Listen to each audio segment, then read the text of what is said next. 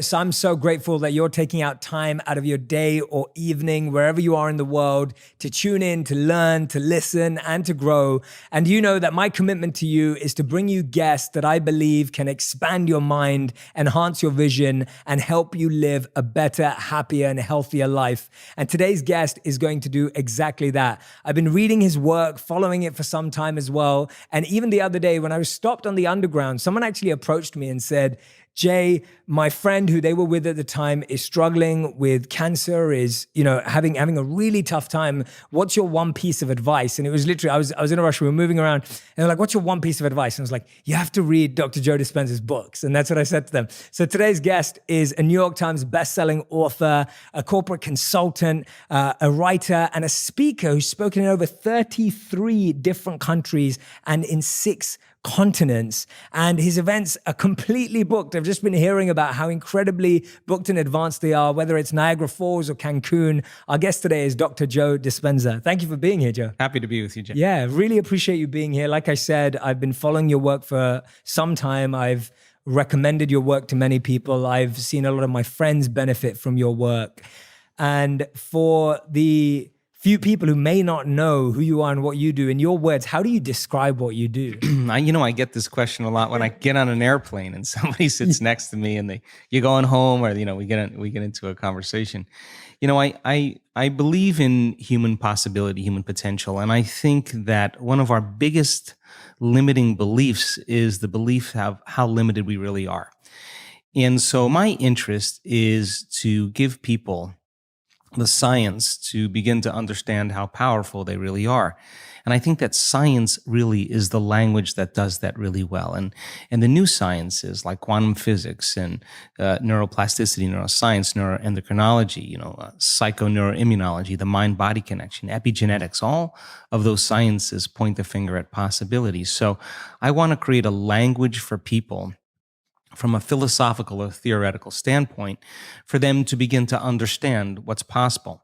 But then I want to be able to have those people begin to wire that information in their brain completely, because learning is making new connections, right, in the brain.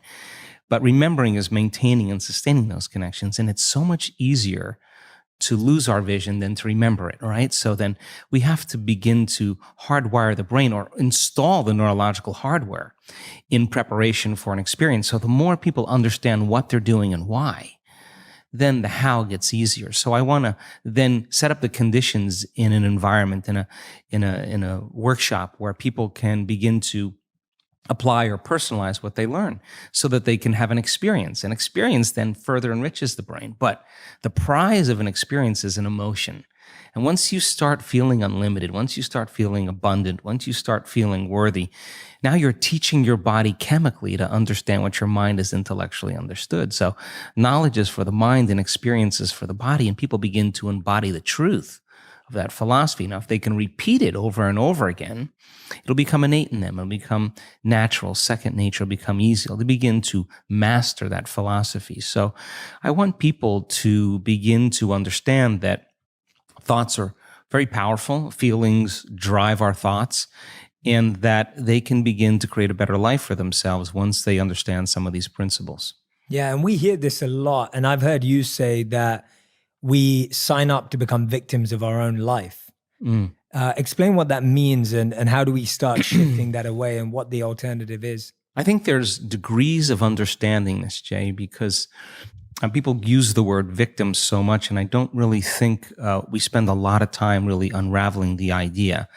But if I said to you, Jay, how are you doing today? And you said, well, I'm really upset because of this person or this circumstance or this condition in my life, then what we're saying, this is not conscious. This is an unconscious program. What we're saying is somebody out there is actually controlling the way I'm feeling and the way that I'm thinking. So if something out there is controlling your feelings and your thoughts, you're victim to whoever, whatever that is. Now, here's the challenge. The challenge is, when things go really well, then you are feeling really good. But when things aren't going very well, then you're feeling pretty bad. So then the end result of that is that many people then become unconsciously reliant on something out there to change how they feel in here. But if they don't understand that they're creating reality all the time, and they're living in lack, in unworthiness, in separation for their whole entire life, waiting for the event to happen to take away their lack or emptiness, well, they'll spend their whole entire life wishing, wanting, waiting, hoping.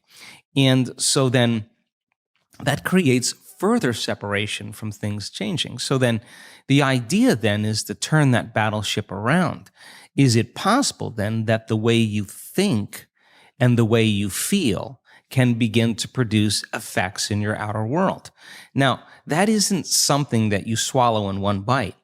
It's a process of gaining knowledge. It's a process of practice. It's a process of experience. But once you start seeing those synchronicities, those coincidences, those opportunities that start to fall into place because you're experiencing change in your outer world, if you're doing the work, you're going to start paying attention to what you're doing inside of you that's producing the effect outside of you. And once you correlate the changes of what you're doing inside of you with the effect you produced outside of you, you're going to pay attention to what you did and you're going to do it again. And all of a sudden, you're going to start believing more that you're the creator of your life and less of the victim of your life. So if your thoughts and feelings somehow have an effect on your outer world, and you're reacting to the same people at the same place at the same time in the same circumstances, then you're actually reaffirming the same reality because you're thinking equal to everything that you know. So that in order to change that, we have to begin to be greater than our environment. And being is how we think and feel. So when people begin to practice this, they're not so quick to give their power away to the person or condition in their life, because the stronger the emotion you feel from some problem or condition in your life, the more altered you feel inside of you, the more you pay attention to the cause. Well, where you place your attention is where you place your energy. So you're giving your life force, you're giving your energy away to that person or problem that you could be using to heal, that you could be using to create a new future. So then teaching people then how to self-regulate and find the present moment and settle their body down from those unconscious programs or those emotions that they're conditioned to. That's the work. And so then when you start lowering the volume to those emotions and you're doing the work and mastering yourself in some way, as you begin to change your emotional state, you're not going to be thinking about that person or problem, and you're going to begin to take your power back. And it literally begins to build a person's own electromagnetic field. Now, they have energy to heal. They have energy to create a new future. That's amazing. And before we dive into that, I want to ask you this, because we were just speaking about this earlier, that 10, 15 years ago, a lot of people would have struggled with these ideas and it took a bit of pushing, but now people are coming to the events that you're doing a lot more open. You know, all of these themes and topics are becoming more broader conversation. People are hearing about these ideas. Tell me if there are still any people who are skeptical listening, or if there's anyone listening and just like, yeah, I've kind of heard about this thought thing before, but like share with us some examples of how you've seen this transform some of the biggest things in people's lives. Well, first of all, 15, 20 years ago, everybody wanted to stay in the philosophical realm. Nobody wanted to do anything with it. But this is a time in history where it's not enough to know. This is a time in history to know how, because information is so available, right? I mean, you don't need a doctor, you don't need a priest, you don't need a rabbi, you don't need a governor, you don't need a teacher to gain information. You don't need an authority any longer. Because of technology, we have access to information. Well, information creates awareness. And awareness is consciousness. And you can't have consciousness without energy. So people are beginning to wake up with a greater level of awareness of what's possible. So 15 years ago, 20 years ago, 10 years ago, I walked out and there was always a little resistance. But now people are coming because they want to actually experience the truth of it. So that makes my job easier because I can just walk out and just fire away because people are prepared, they're informed, they're ready. So anything that's not consistent with that energy or that level of awareness, those paradigms are beginning to break down. Whether it's education, whether it's religion, whether it's politics, economics, the environment, the medical model, everything's collapsing because people are informed. So I love that idea because when people show up and they say, Well, listen, I understand that I have a health condition. I understand that it's taken me 10 years of being unhappy, 10 years of living in stress, 10 years of living in fear that's actually begin to signal or select and instruct the gene that creates the disease. Well, it may take me some time then to unlearn that process, to break that conditioning process. So there's a practical understanding now. But something amazing has happened. I mean, we've spent over 10 years doing very advanced scientific studies. We've done over 8,500 brain scans. We've measured so many thousands of hearts, because if you're going to create a new future, it requires a clear intention and elevated emotion. Well, let's train our people how to create really, really high-level brain coherence and really, really, really self-regulating heart coherence. Why? Because if you're going to believe in that future that you're creating with all of your heart, it better be opened and activated, and you better know how to do that, and you better understand the science of what happens. We've measured gene regulation, 7,500 different gene regulations. We know you can change your gene expression in 4 days. We've measured it. You're not doomed by your genes. You're your own genetic engineer. That you can lengthen your life. And we've seen telomeres actually lengthen 60 days of meditation. That you add days to your life. You're changing your genetic future. That you can strengthen your immune system by thought alone. That's the evidence from the scientific perspective. And people love the evidence because they start to see that's possible. You're not going to find that in a pharmaceutical commercial. You're not going to find that out there in the world. You got to really be hungry and look for it. So then that sets the stage for the person to come and want to have that experience. There may not be so quick to say, hey, I want to heal my body right away. They may say, I need to get my brain and heart coherent first. And I got to begin to put my effort into learning how to do this, like learning any skill.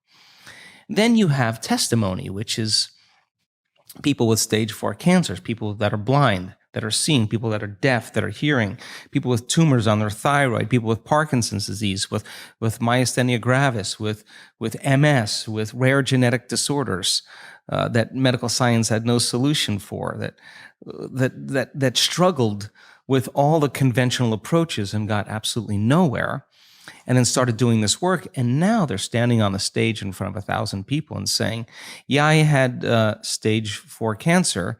I did all the treatments. I did the chemotherapy. I've been getting worse. I stopped doing everything and I started doing this work. And it took me 6 weeks. I just came from my doctor. And there's no evidence of cancer. There's no, on the scans, on the blood tests, my doctors want to know what I'm doing. And, the patient says, well, I'm down regulating genes for disease and I'm up regulating genes for health. Doctors are scratching their heads saying, what do you mean? So now you have evidence in testimony, and evidence is the loudest voice. So just like a disease spreads amongst the community, and alters, I think that health and wellness can be as infectious as disease. And so the person in the audience who's looking at the person with stage 4 cancer, and the person's telling their story, and it's not glamorous, and it's not a Hollywood version. This is real. They lost everything. They went bankrupt. They lost their friends. They lost certain things in their life, but they were persistent. And that person is the example of truth, and it's undeniable. Or the person who had a stroke and is blind. The doctor said your vision's going to get worse, and she has a transcendental moment, and she can see again. Like, that doesn't happen a year later after you've had a stroke. And then, people having all of these transcendental changes that are going on. I think now that what's happening is I'm more surprised at this point than anybody, because I never thought how far this could go, right? Yeah. So I'm super happy. I'm overjoyed with what's taking place. And I think we've kind of pierced that 4-minute mile. Like, once you break that veneer, right, in consciousness, then other people can do it. And I think there's strong footprints in consciousness in the quantum field. I think there's evidence in 3-dimensional reality. And it's an important time for us to wake up to our own personal abilities. Absolutely. No, I love that. And thank you for sharing that. It's incredible, some of the work that you've done, and the people's lives that have been transformed. And what I want to get into now is that really practical aspect of like breaking that pattern, right? Because that's where most of us are. We have that negative self-talk. We have the victim mindset. We have the I'm busy. I've got too much going on. I'm overwhelmed. I'm experiencing anxiety. It's that person at work. It's my partner. Like we have that. That's reality of where we are today. Yeah. How do we break that pattern in a way that actually makes a difference and is easy enough as a starting point? Yeah, it's been said that you should meditate for 20 minutes a day. Unless you're really busy, then you should meditate for an hour a day. Yeah, I love that. That's why, by the way, that's why I meditate for 2 hours a day. Yeah. So look, I mean, information is what opens that door. I mean, if you think that your thoughts have something to do with your future, just from a theoretical standpoint, that your thoughts create your destiny, and you think 60 to 70,000 thoughts in one day, and 90% of those thoughts are the same thoughts as the day before, well, then your life isn't going to change very much as long as you're thinking the same way. And those same thoughts lead to the same choices. The same choices lead to the same behaviors.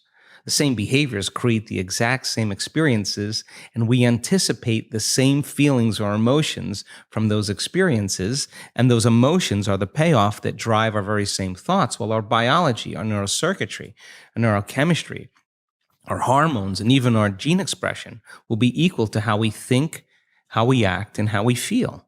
And how we think, how we act, and how we feel is called our personality. And our personality creates our personal reality. That's it. So the present personality who's listening to this show has created the present personal reality called their life. So if you can latch on to this idea, if you want to create a new life, a new personal reality, you got to change your personality, which means you better start thinking about what you've been thinking about and changing it. You begin to become conscious of your unconscious actions or habits or behaviors and modify them. And then we have to begin to look at the emotions that we live by every single day that keep us connected to the past and decide, do these emotions belong in our future? So most people are trying to create a new personal reality as the same personality, and it doesn't work. You literally have to become someone else. So the principle in neuroscience says that nerve cells that fire together wire together. You keep thinking the same way, making the same choices, demonstrating the same habits, creating the same experiences that stamp the same networks of neurons into the same patterns, all for the familiar feeling called you. And you do that for 10 years on end. You're going to begin to hardwire certain patterns in your brain that becomes your identity. And by the time we're 35 years old, it kind of becomes fixed, right? And psychology used to say that you can't change that, but we now know that you can. So then that kind of box in the brain, that is the habit of ourselves. It's we're 95% of the time running a series of programs. So then sitting and doing the work, we have to become disentangled from those programs. And so the moment you decide to do something differently or make a new choice, what most people don't want to face is that discomfort. And that discomfort, that uncertainty, that lack of predictability, that unknown is what people are afraid of, because they'd rather live in guilt. At least they can predict who they're going to be than take a chance in possibility. So when a person begins to understand this and you say, well, how long have you been this way? And they say, I've been like this for 35 years. And you say, why 35 years? Because 35 years ago, I had this one event. Well, the stronger the emotion you feel from the reaction from that event, the more altered you feel inside of you, the more the brain narrows its focus and freezes the image and takes a snapshot. And that's called a memory, right? So then forget the memory. Just overcome the emotion, because it's the emotion that keeps you anchored to the past. So that sounds really good theoretically. But when you step out into that unknown, into that void, the body really is in a habit. And when a habit is when the body becomes the mind. Or if you're thinking about that past event and it's producing an emotion, well, you need an image and a feeling to start the conditioning process. So the body's either conditioned into the familiar past or it's hardwired in the predictable future because it wakes up every single day and runs through the same series of routine actions. So the present moment then becomes the unknown. When people start feeling that discomfort, Jay, they'd rather get on their cell phone and call someone or get up and say, I can't meditate, or, I have too much to do. They excuse themselves. They return back into that familiar feeling because the body's actually telling the brain.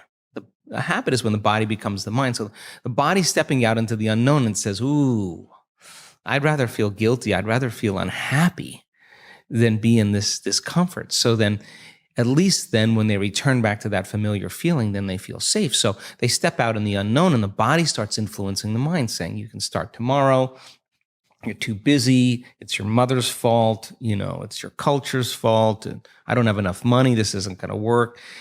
Those are the programs in there that are standing in the way between you and your future. So then nerve cells that no longer fire together no longer wire together. So the act of observing those states of mind and body means you're no longer the program. You're the consciousness observing that program. So then to meditate, it means to become familiar with. So as you become familiar with those thoughts, you become conscious of how you speak, you become aware of how you act, you notice how you're feeling. The more conscious you become of those unconscious programs, the less unconscious you'll go in your waking day. Why? Because it's not enough to just have a great meditation and get up and get on the freeway and get in traffic and getting stressed. You just return back to the old self again. Our job then is to sustain that modified state of mind and body the entire day. And if you can, get ready because something different or unusual is going to begin to happen in your life. And it will come as a coincidence or a synchronicity. And that's breadcrumbs from the divine saying, you're on the path. Just keep doing it. There'll be another one. Just keep staying in that energy. And so teaching people then to understand that there's a formula that we now know, that if you apply that formula, you'll begin to see those changes. And now, as people are doing it more and more effectively, the results are going up as well. We just had Bond University. They just took a whole bunch of my brain scans from 10 years ago. Huge clinical study, a lot of analysis, and they're blown away by the speed in which the community can change brain and heart coherence. They know how to do it. It's not something that's separate from them. They've practiced it enough times that they now know how to do it. So what's the significance of that? Well, really simple. In your life, if you start returning back to the same reactions, to the same people and circumstances, you're returning back to the old self. So you got to stay conscious in your life. And if you're not being defined by a vision of the future, then you're left with the memories of the past and you will be predictable in your life. So crossing that river of change from the old self to the new self, there's a neurological, a biological, a chemical, a hormonal, a genetic death of the old self. But if you teach people there's something on the other side, they won't give up on themselves. They'll keep going. So there's enough evidence to encourage people. And you can't tell me you're too old to do this work. You can't tell me you're too sick to do this work. You can't tell me you had a turbulent past or that you're too overweight or too underweight or too out of shape, or you can't even tell me that you've never meditated before. In fact, some of our greatest scans are people who just have never meditated before that are not trying to do anything. They just follow instructions. So our community now is beginning to understand that it is possible, and they go all in, not 50% in, not 60% in. If we do a week-long event, we got 1,000 people or 1,500 people, and they are all in. And that when they start getting beyond themselves, that first day or second day, once they start getting beyond themselves and that magic starts to happen, then I have no idea. I can't predict what's going to happen next. And it's usually pretty exciting. It's been said that when the pain of staying the same outweighs the pain of change, then we will change. Yes, exactly. Right? How bad does it have to get? Right? Yeah, exactly. And it's like, why is it that we get so attached to that old self? Like, what is it about it? Is it security? Is it safety? Is it familiarity, as you said? What is that keeps us so attached and so focused on something that we don't even like that much? I think we've been hypnotized and conditioned into becoming materialists. I think that we define reality with our senses, and I think that is one of the biggest illusions. So the fundamental question is, can you believe in a future that you can't see or experience with your senses yet, but you've thought about enough times in your mind that your brain has literally changed to look like the event has already occurred? Now, the latest research in plasticity says that's absolutely possible. And can you select a new possibility in the quantum field and begin to emotionally embrace that future every single day to such a degree that your body, as the unconscious mind, the objective mind, does not know the difference between the experience in your life that's creating the emotion and the emotion that you're fabricating by thought alone, to the degree that you begin to signal new genes in new ways to change your body to look like the experience has already happened. Now, Yes. the latest research in epigenetics says it's absolutely possible. Now, think about this. Every day, installing the circuitry, every day conditioning the body into the emotion of the future, that your body begins to change to look like it's already happened. Now, this is where it gets fun, because now you no longer have to go anywhere to get it. Now it begins to come to you. You become the vortex or the magnet to your destiny. So then people who come out of their meditation and they say, well, I just focused on my wealth, why isn't it there? Well, you're not that good. If you're asking why isn't it there, you're back to the old person again. Stay in that state for an extended period of time as an experiment, as the scientist in your life, to keep your energy connected to the dream of your future. And then see what kind of effects begin to take place without moving into impatience, without moving into frustration, without starting to analyze why it hasn't happened or when. That is the trap of defining reality with your senses. So you have the thought of your future and you don't see it, then you experience separation.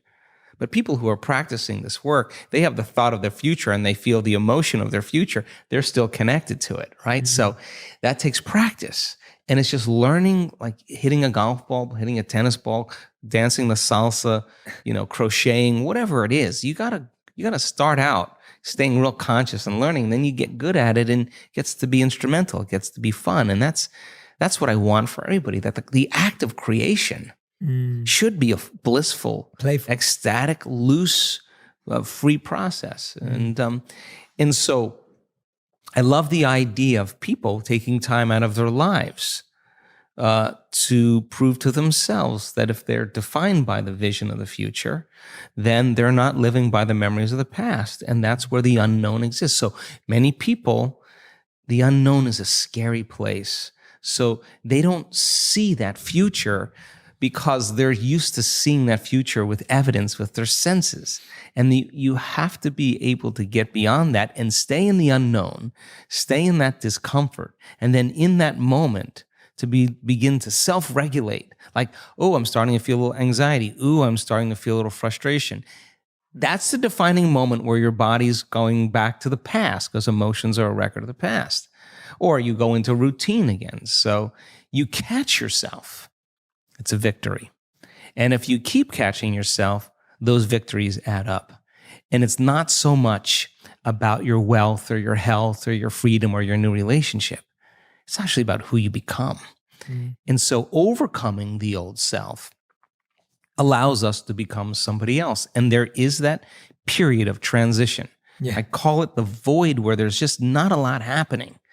And you just got to be able to keep going and continuously get to the end of your belief, where most people stop. I just had a fabulous conversation with someone this weekend, broke through to the other side, and now there's so much magic happening around this person, but she's worthy now to receive it. And that is the key, because the universe only gives us what we think we're worthy of receiving. So we got to become initiated into this and understand it. Thousands of years of programming that says that we have to change things matter to matter, in three-dimensional reality. And it will take time, but to begin to connect to that resource called the quantum field and create from the field instead of from matter, there's a lot of unlearning that has to go on. Absolutely. And when you're catching yourself, what are you doing? Are you writing that down? Are you noting that down? Are you making a mental note? Like, practically, what is someone having to do to,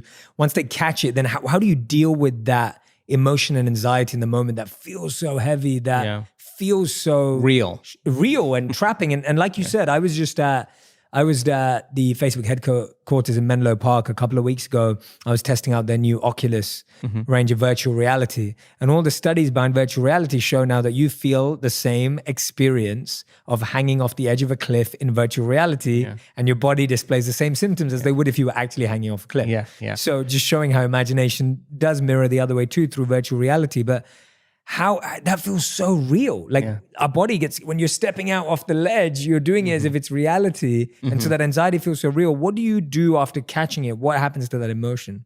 Well, just like anything else, Jay, I mean, it's just like hitting a golf ball and you get back into a bad habit again, You have to really begin to mentally rehearse. Like, so you ask yourself at the end of your day, I do this every day. How'd I do?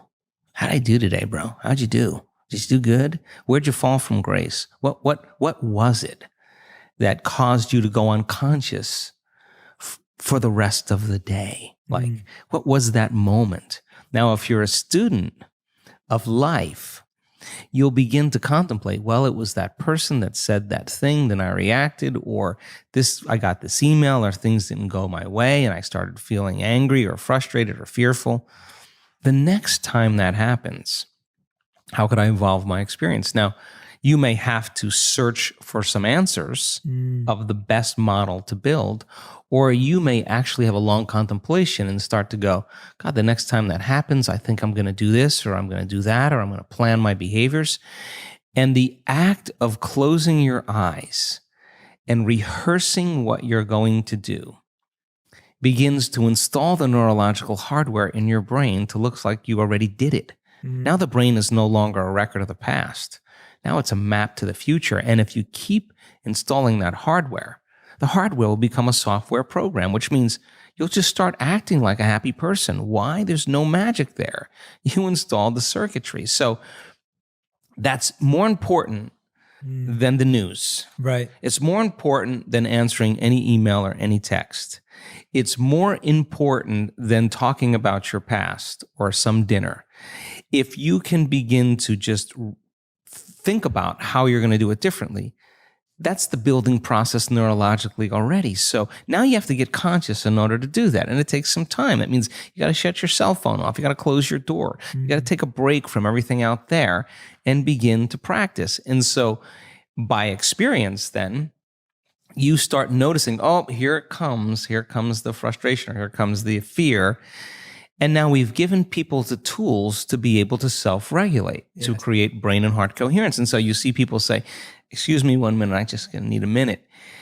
They take some breaths, they get back in, they connect to the energy of their future. This is incidental compared to where they're going. So they don't fall from grace. They don't allow their energy to drop. And so, in the beginning, it takes a lot, because it takes a lot of energy and awareness to stay conscious and not go unconscious. But if you're persistent and you're determined and you're sincere, you begin to figure it out. You begin to say, I am not going to give my power away to that person or that circumstance when I can use it to heal or to create a new future.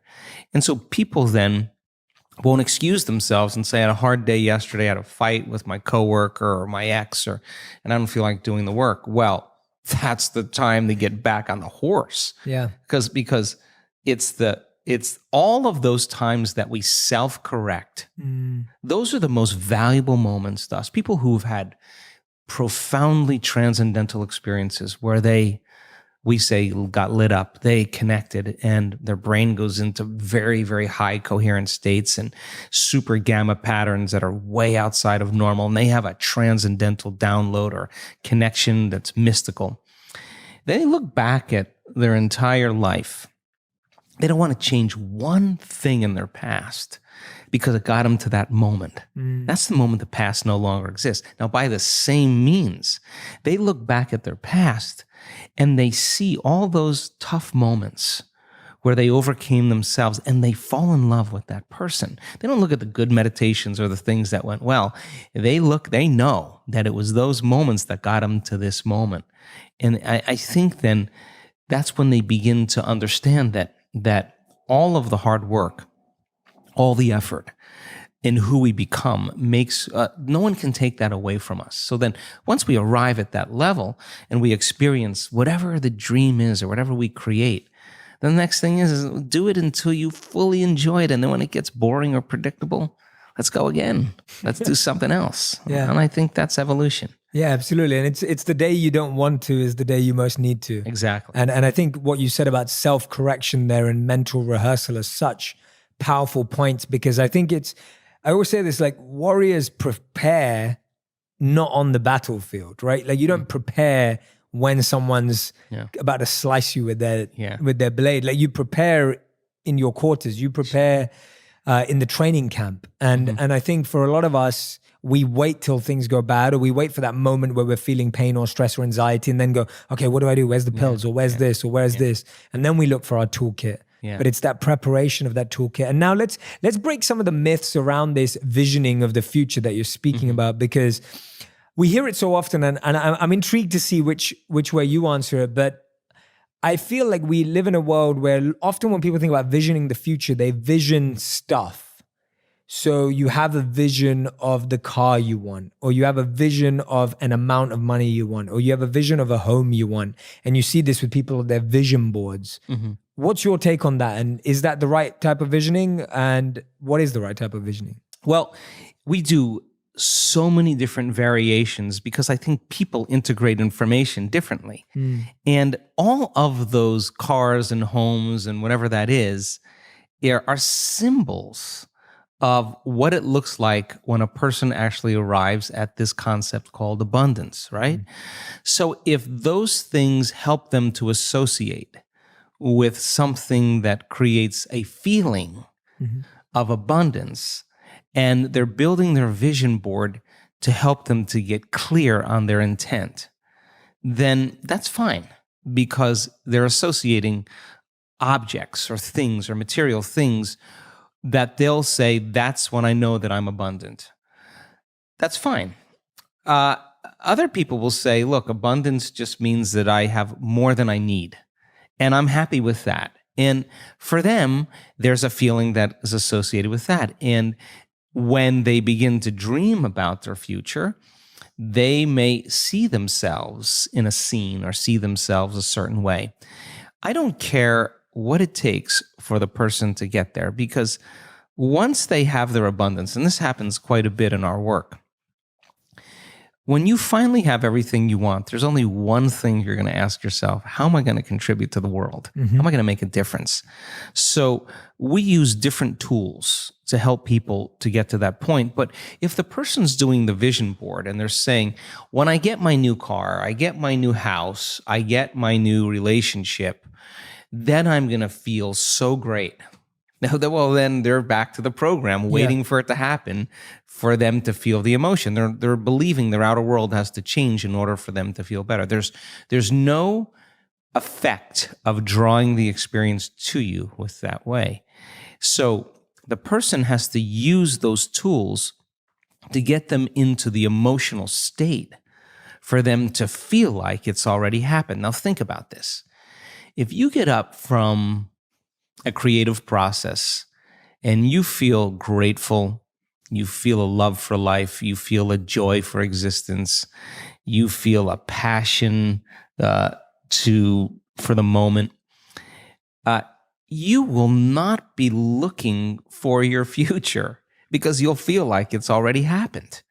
It's the moment that we start feeling those self-limiting emotions that we feel separation, and then we start looking for it again. Well, then if you're waiting, you're not creating, you're in separation again. So then whatever it takes for you to move into a state of being. And what is a state of being? Thoughts are the vocabulary of the brain. Feelings are the vocabulary of your body. How you think and how you feel creates your state of being. So then if you wake up in the morning and you come back to your senses with a clean slate and you say, I don't feel anything, and you say, well, let me start thinking about all the problems in my life. Well, all those problems are connected to different people or different objects or things at different times and places. The moment you remember your problems, a memory is a record of the past. You're thinking in the past. Every one of those problems has an emotion associated with them. So all of a sudden you start feeling unhappy, you start feeling bitter, you start feeling frustrated. So now your body's in the past. So then most people then create a state of being that's connected to their past. And if they're in the familiar past, then they are going to crave the predictable future and they're going to fall back into routine. So then we want people then to get very clear on that vision of their future, however they do it, and begin to combine that clear intention with an elevated emotion. And the stronger the emotion they feel from the vision they're creating, the more altered they feel inside of them, the more they're going to pay attention to the pictures in their mind. And now they're remembering their future. And biologically, it's exactly the same as remembering your past. In fact, if you're not being defined by a vision in the future, it means you're making your past more real than your future. You're falling in love with your past. You're more in love with your past than you are with your future. That you're believing in your past more than you're believing in your future. When you get to that moment where you have that feeling, that's your compass. Because that feeling is going to drive your behaviors. It's going to drive more of those thoughts. And when you feel that feeling and it's visceral, no person, no thing, no experience will stand in the way between you and that vision. And you will be initiated by the universe into wealth. You will be initiated into health. You'll be initiated into freedom. Those people, all those people that have healed themselves of all those different health conditions, they are so humble and so happy, and they feel so great that they would never trade this feeling because of what you thought of them. They've left that program behind a long time ago. They actually don't care how you think of them. They actually are so happy with themselves that they're no longer dependent on anything outside of them. Now, I think that's a really important moment because that's the moment we give people permission in our lives to do the same, right? And I think that more and more people are beginning to figure that out as they do this work. Absolutely, yeah, and I love that. I often say that if you're always waiting for happiness, then you're not creating your happiness, and you're saying the wait and create. And I really think that that's such a powerful message, and whoever's listening or watching right now, like let that really sit with you, because if you're always waiting, if you're always postponing, if you're always delaying, if you're always expecting, again, like you said, an external thing to change your internal reality, then you're again back at level one. Yeah, and look, I mean, we're in a convenience-based society. I mean, if you lose your internet connection or your cell phone doesn't do what it's supposed to, people get angry. Like that's 20 seconds, right? So here you are creating something out of nothing, and you don't have the patience. Well, that has to come out, because a very, very masterful person who is abundant had to own impatience. So then never make it be about the end result. Make it be about effort. Every day you're overcoming. Every day you're out of the bleachers and you're on the field and you're giving it your all and you're practicing, keeping your energy up greater than your habits in your body or the emotional conditioning of your body, greater than any circumstance in your environment, and sustaining it for an extended period of time. And then all of a sudden, when you're connected to the energy of your future, and you know what that feels like, you will know the moment you return back to the energy of your past. And if you tell me it's because of your boss or your coworker or your ex, I'm going to say, you're back to the unconscious program that you're the victim of your life, right? Absolutely. So then it takes some unlearning, and the unlearning process is the most important process, because once you do that, you're clearing out room for the next creation to be easier, and the next one to be easier, because you're starting to understand the formula a little better. And you start saying, I'm not going to take that personally, or I'm not going to react, or I'm not going to go back to that person again. I'm just going to self-regulate again. You only need a few experiences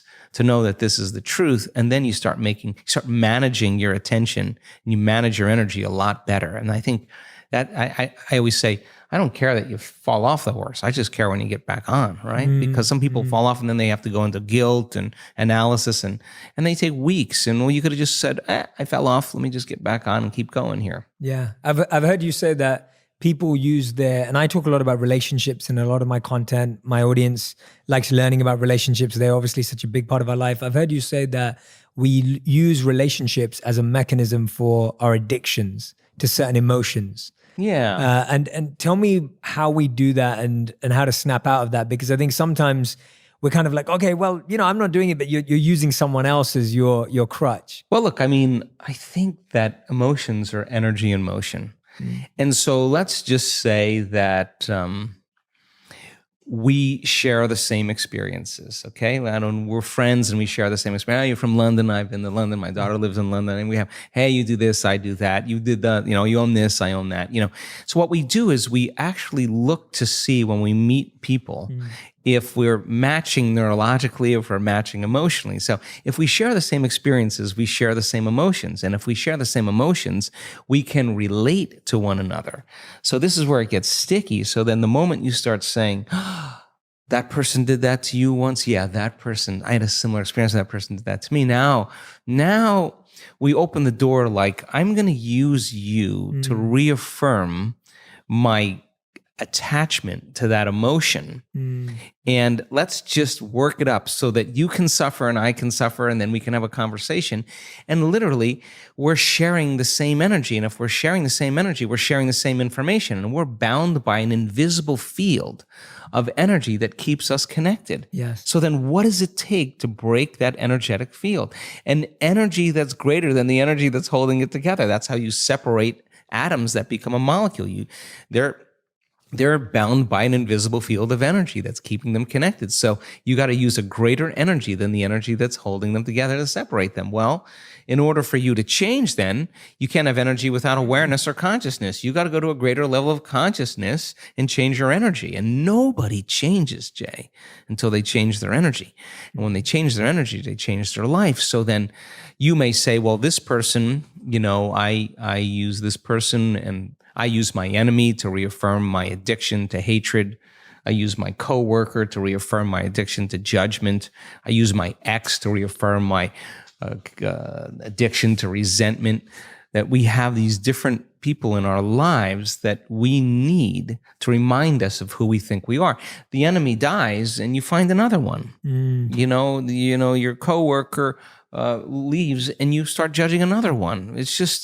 It's not that. So then when there's no longer a vibrational match, when you start doing the work, there's no longer a vibrational match with you and your past, present reality, that person or that condition any longer. That person or condition is going to spiral away because you're no longer in need of that. So then our life begins to change when we change our energy and we begin to take our power back. That's essential for us to begin to create with. Now, some people can't handle that because they're not conscious that they're doing it. So they'll be working on their vision of the future, and yet they'll spend 2 hours lowering their energy back into victimization or suffering, and they want to know why their future isn't happening. Well, there's an unconscious program. Let's go after that. And once you start going after that, now all of a sudden your life starts to change again. So you can't say it doesn't work. On some level, we don't work. And if you're really invested in this, the question is, what is it about me? Where am I directing my attention or my energy? Who am I using to reaffirm some conditioning that I need to remember as my old self? So then when you stop reacting to the person, or the person's now complaining to you and you're not complaining back, it's going to be an uncomfortable moment because you're all of a sudden seeing a part of you used to be that you no longer are. And you have to be willing to not go there. And over time, that person will thank you and they'll say, I didn't even know that I was complaining that much. And by changing yourself, you help others. That's how it works. Yeah, absolutely. And I think that's the painful reality of a lot of what you're saying is that point you made about it doesn't work. Well, actually, we're not working. Yeah. Like we're not working towards it. Our proportions of future versus past are totally off. Right. And so we want our future to grow, but we spend 50% less time on it than we do still in that past programming. Right.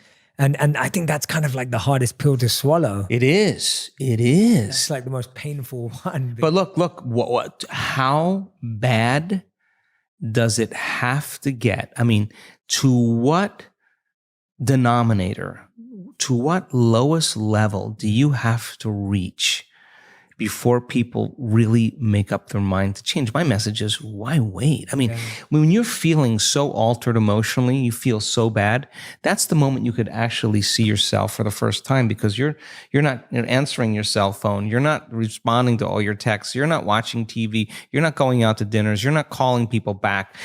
Something's altered in you, and you're starting to become self-aware, right? So then people wait to that lowest moment where they can start to see themselves through the eyes of somebody else. Well, if you're waking up every day and you're combining a clear intention with an elevated emotion, and you're changing your emotional state to be elevated, you could still see the old self from an elevated point of view and stay conscious than from a limited point of view. And that's what I want for people. Like, let's go. I mean, what do you got to lose? What people are going to start wondering, like, did you change your medication? What's up with that guy? Something's different about him. You're not predictable any longer, right? And we say to our community, when you're changing, you just stop talking about it.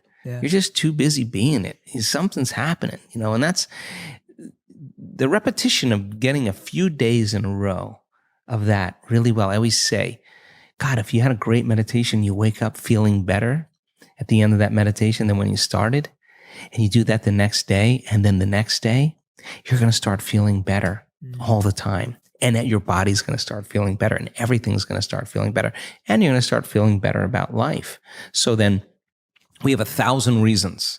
I have more than 1,000 reasons every day to be unhappy with managing companies and staff and people, all that. But then when you rise above that and you choose just who you want to be, I think it makes a big impression on your family, first yourself, and your family and your friends and the people you work with, and then finally our communities. So I think that people are starting to figure that out there. And when they imagine oxytocin levels in our student body, the love hormone, the love chemical, 200 times outside of normal. The latest research on oxytocin is slight elevation in oxytocin. It's impossible to hold a grudge.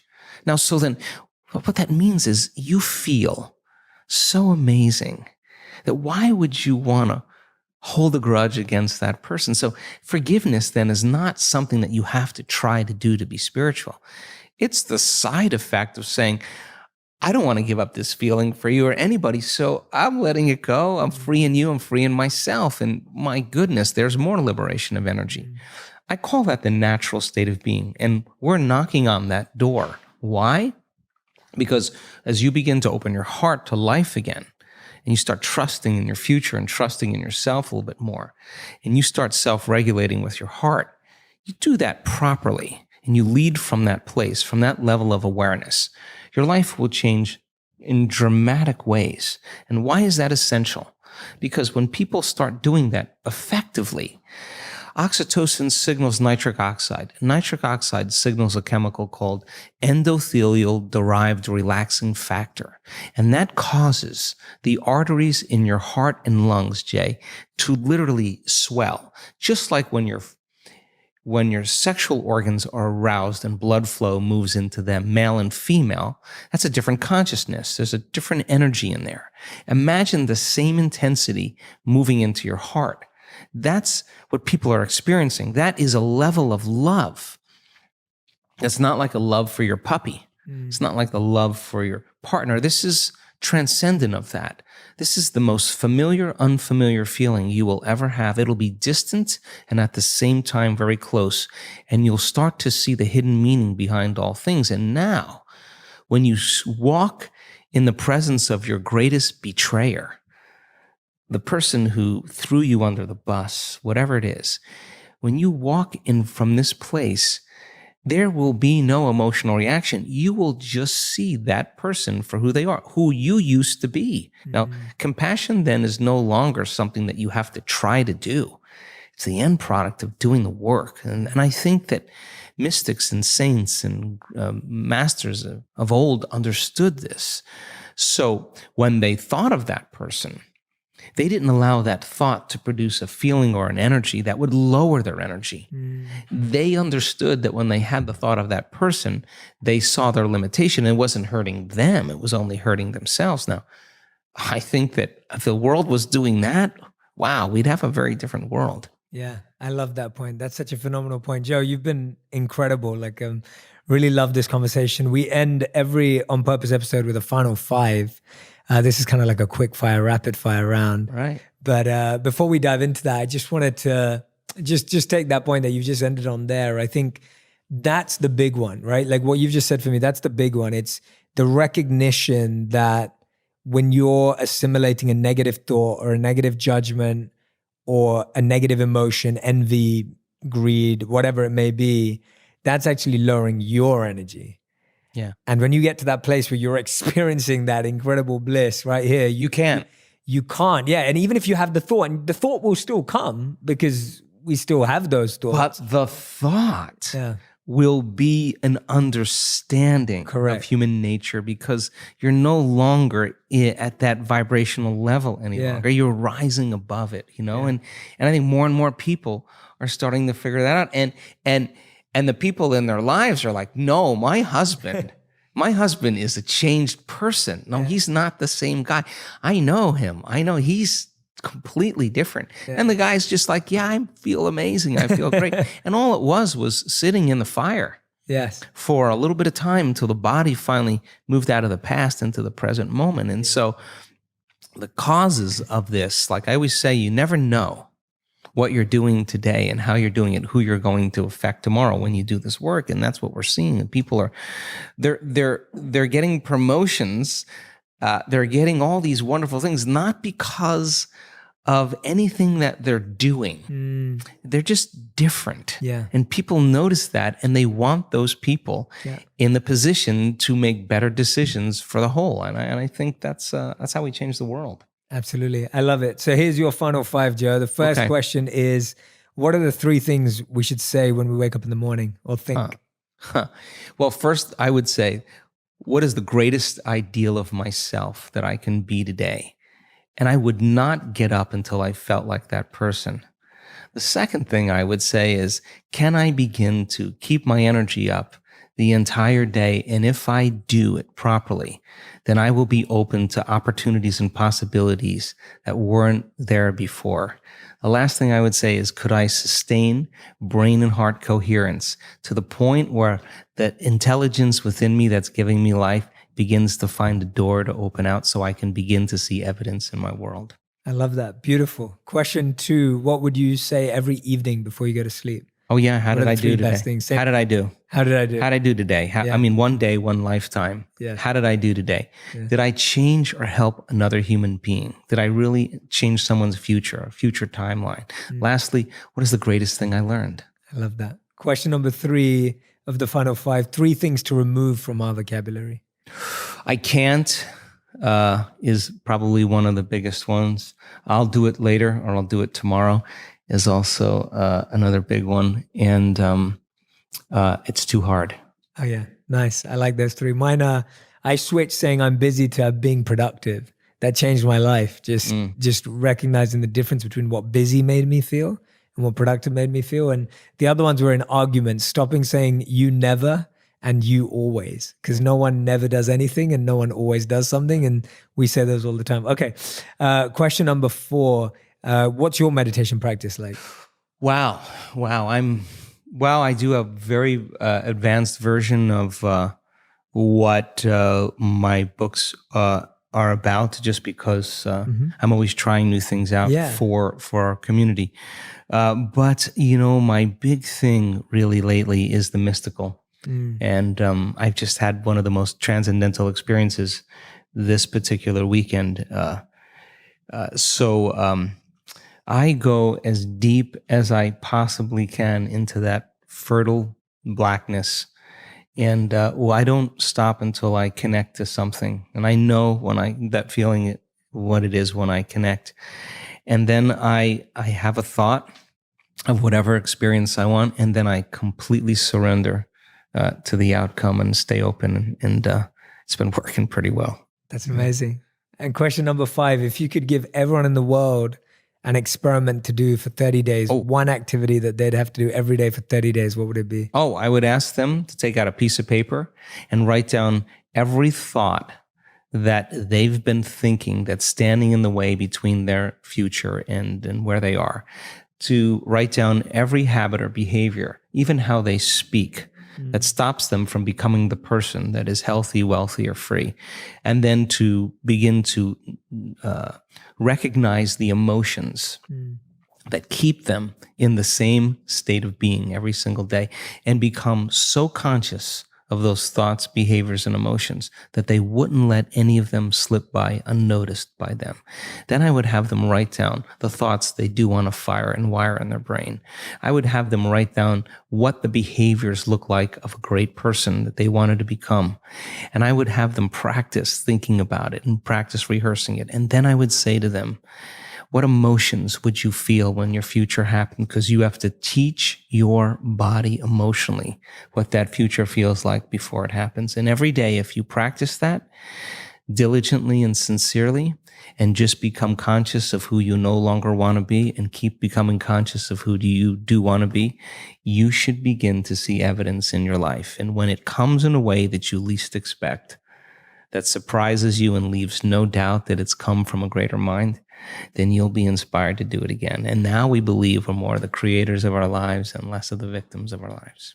I love that, Joe. That's amazing. Thank you so much. You're welcome. Incredible final 5. Great answers, great responses. Is there anywhere that you'd like to help my audience learn to find more about you? Any particular book right now? Any of the events that are coming up? I know you said they're all booked up in advance anyway, but anywhere that they can go to find out more about your work? And I think you can go to the website, drjoedispenza.com. It's just DRJOE Dispenza.com.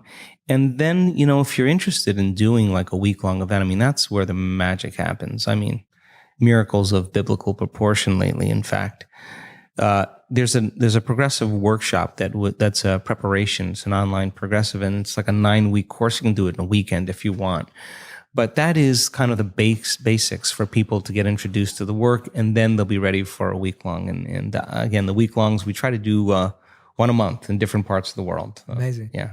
That's awesome. Well, thank you so much for coming You're on the welcome, show. bro. I really appreciate you. And everyone who's been listening or watching back at home, in the car, if you're traveling, wherever you are, I hope that you take a moment to listen to this one again. There were so many great insights that I highly recommend doing. And there were so many practical activities as well. So just taking a bit of time out. Remember, it's not that it doesn't work. It could be that we're not working. So just putting in that much more effort instead of the excuses, and using that energy wisely to just take a bit of time to go through these activities could be a huge step forward for you. I hope you're going to try them out. I'm sure Dr. Joe Dispenza is happy that you're going to try them out as well. Thank you so much for being part of this community.